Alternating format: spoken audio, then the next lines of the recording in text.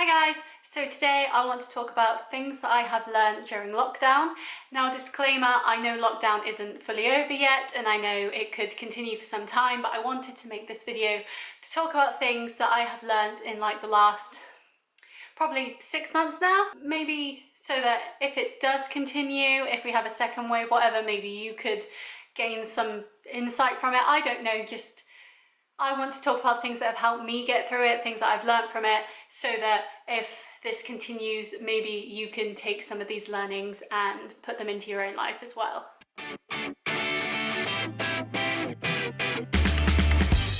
So the first thing I learned, and I feel a lot of people probably learned about this, is being comfortable with yourself. Now, before lockdown, you could see your friends and family and your partner and everything as much as you wanted. And once lockdown hit, especially in the UK, most people stuck to it, but you couldn't really talk to any other household bar your own. Now, I don't actually live with any of my family members or my friends or anything, so I spent a lot of time in my own company. And I won't lie, I'm perfectly happy with myself. I was happy with myself way before lockdown even happened. So spending time with myself wasn't really an issue that I saw. But I know a lot of people, it could have been quite strange and quite weird, especially if you kind of are a person that thrives off of being with other people. And so lockdown definitely taught me how to be even more comfortable with myself and comfortable with being on my own and looking at myself and thinking, okay, I'm stuck with this person for the rest of my life. Why don't I try and better myself, try and do more, do better things? So during lockdown, it was something that I'd wanted to do for a long time anyway, but with work and stuff, I never really had the time, and that's another point I'll get onto in a bit. But before lockdown, I wasn't happy with my weight, I wasn't happy with my lifestyle, and I really wanted to change that. Last year was definitely a dark period for me. And so the second I heard that we would be working from home, I knew I was going to get so much of my time back, and I wanted to put that time to good use. So I started working out. Yes, it was home workouts, but it was something. I started eating better and actually cooking meals. My usual commute would take approximately 3 hours there and back. And so I was gaining 3 hours of my day. So I put that into doing cooking more, doing more hobbies, just using that time more productively. And that really helped me. And obviously through healthy eating and through being more mindful about what I was doing, what I was eating and working out, I have lost weight. And even though I was perfectly happy with myself back before lockdown, I'm much more happy with myself now because I'm so much more in tune with myself. And I feel that's really helped me through lockdown too. I'm able to listen to my body and be able to understand what I need and what I don't need and what will help me and what won't. I've done a lot of soul searching and a lot of internal looking into myself and thinking, what do I want and how am I going to get what I want? And lockdown has really helped me with that. So I think one thing I've really learned is you have to be happy with yourself, because if we're going to be completely honest here, you're the only person that's going to be around forever for you. Like other people, like you might lose friends through like lost friendships, you could break up with your partner, all that sort of stuff, but you will always be there for you. And I think it's so important to be happy with yourself no matter what your situation, because like you have to be, you can't change to be someone else. And that definitely resonated with me in lockdown, and I really want to make sure that the me that I am is the best me that can be. And I do feel that I am on a journey that will make that happen. Another thing I learned, which is kind of what I've already touched on with the whole working from home, is how like important time is and how valuable it is. Like you really take it for granted, and suddenly when you've got so much more time on your hands because you've been furloughed or because you're working from home now or whatever.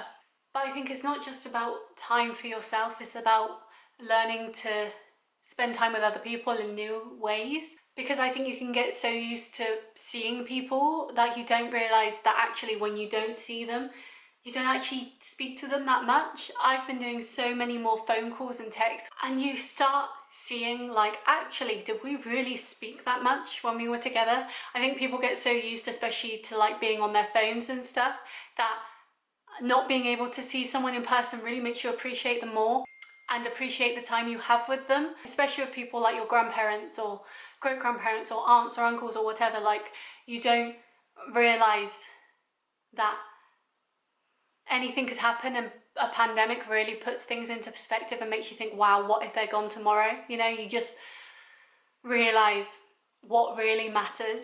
You start to think, like, who do I want to put my time and energy into? And that kind of brings me to my next point, which is pandemics really put things into perspective.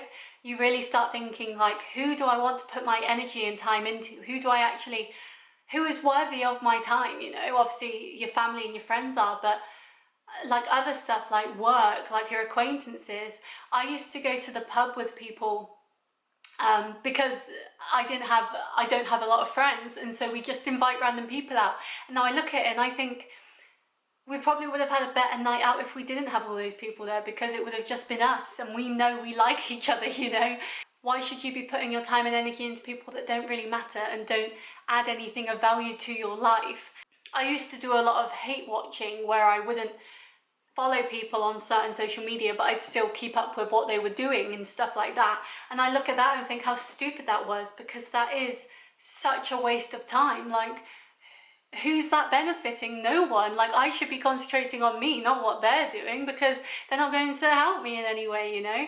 And so since the whole lockdown situation has happened, I've tried to be more positive. I've tried to fill my life with more positivity and more positive people, and people that I know will actually help me in the future, rather than people that are just there for, say, one night, you know. They're not going to last me a lifetime, because they're filler people. They're people that I don't need, whereas these other people that I spend my time with now are people that do benefit me and do help me and will be there in the long term, I hope anyway. Like, you never know what will happen tomorrow, but I do hope that they will stick around.